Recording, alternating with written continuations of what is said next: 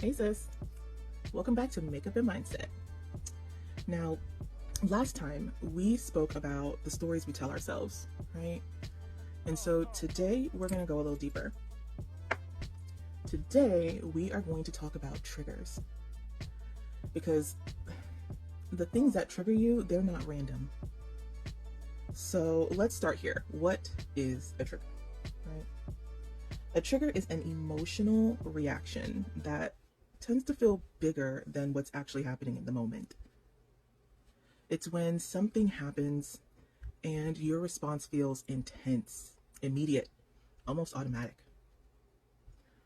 So as you're thinking about that, right, let's give some examples. Like someone says something small, but it really upsets you. Or someone doesn't respond the way you expected and now you feel rejected. Or someone corrects you and it feels like an attack. And you might be thinking, why did that affect me so much? That's a trigger. So a trigger is not just about what's happening right now. It's your mind and your body reacting to something that feels familiar, right?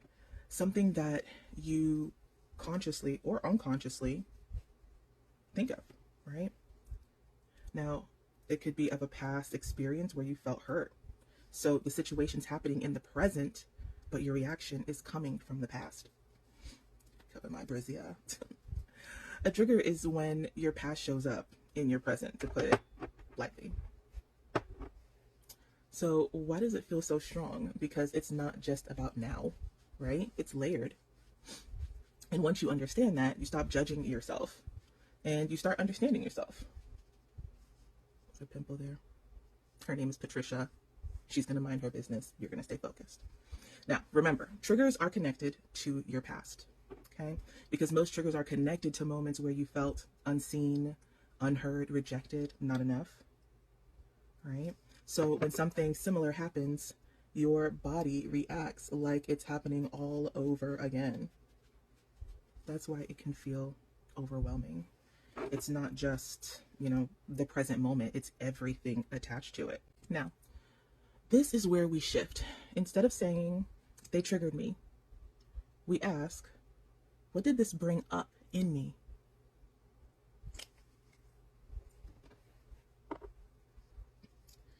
Because blaming keeps you stuck, but awareness, that gives you your power back.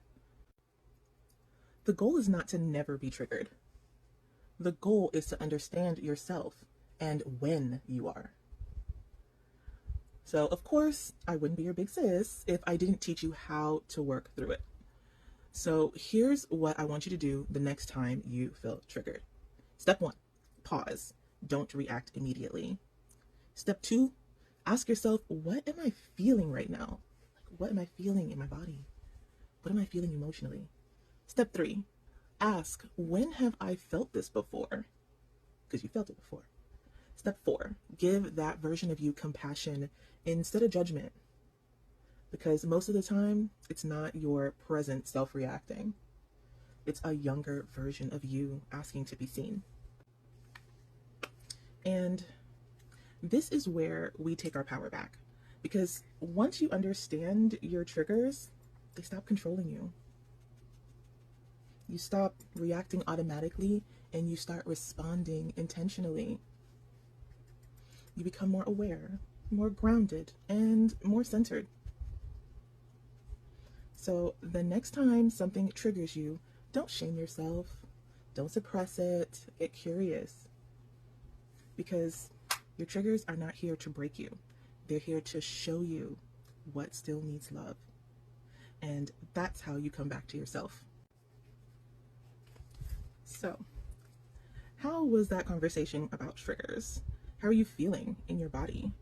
Do you feel like it's something that you were able to resonate with? And is it easier to understand how sometimes we can feel so triggered by something that we feel is so small and so menial, right? The reality is that we have to come back home to ourselves. We are so important to our lives and to the people who we help support and love that are in it. But if we always put other people first, hold on, excuse me. Whew. But if we always focus on putting other people first and never ourselves, then the whole ecosystem crumbles. We'll be doomed to live a life of always, serving everyone else from our cup except for us. And the reality is that we should really be making sure that our cups are overflowing, abundant, and we serve people from our overflow, right? And sometimes that can sound a little cliche, but the reality is you have to look out for your star player. You got to keep the main thing. If you saw Temptation Island, right? Right? You got to keep the main thing, baby. And the main thing is you. Let's never forget that. The main thing is you. So whatever makes you feel safe, whatever makes you feel seen, heard, right? Comfortable, challenged, important, relevant, right? Like you're living in your purpose, makes you feel aligned, makes you feel rested. Invest in that, babe. Because there's only one you. There's only one you. And if you're not doing well, no one else is going to be doing well, okay? So I tell you this with the utmost love, respect, and sisterly concern, is that you deserve to have a full and abundant cup. You deserve to have a cup that runneth over. You deserve to have a village of women who stand by you and understand what you're going through. And you deserve peace and rest and to feel challenged and accomplished when you want to as well. You're not living your life for anyone except for you, okay? And that's even if you have children, right? We know that children come with a slew of things that we must be aware of, yes, right? But the reality is that they are an extension of you, right? And if you are not operating on all cylinders, your children are not going to be operating on all cylinders. So either way, keep the main thing, and that is you. Okay? And then that way, you can keep the secondary things, which are your kids, your job, your family, right? You can keep everything else the secondary thing, right? And whether you believe or not, you're here for a reason. And God is always going to be my absolute thing, right? So I don't even have to worry about that. God can be my absolute thing. I can be my main thing. And I stay in alignment, focus on bringing myself home to myself and healing whatever part of me still needs to be healed, right? Because they definitely didn't teach us that in school. And most of our parents just did the best that they could with what they had.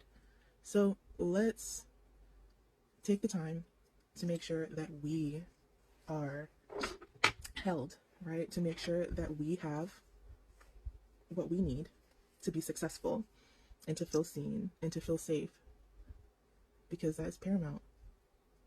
Like we said, if you're not okay, everything else in your ecosystem is not okay, all right? So just know that I love you, I care about you, and I will most certainly see you in the next one, sis.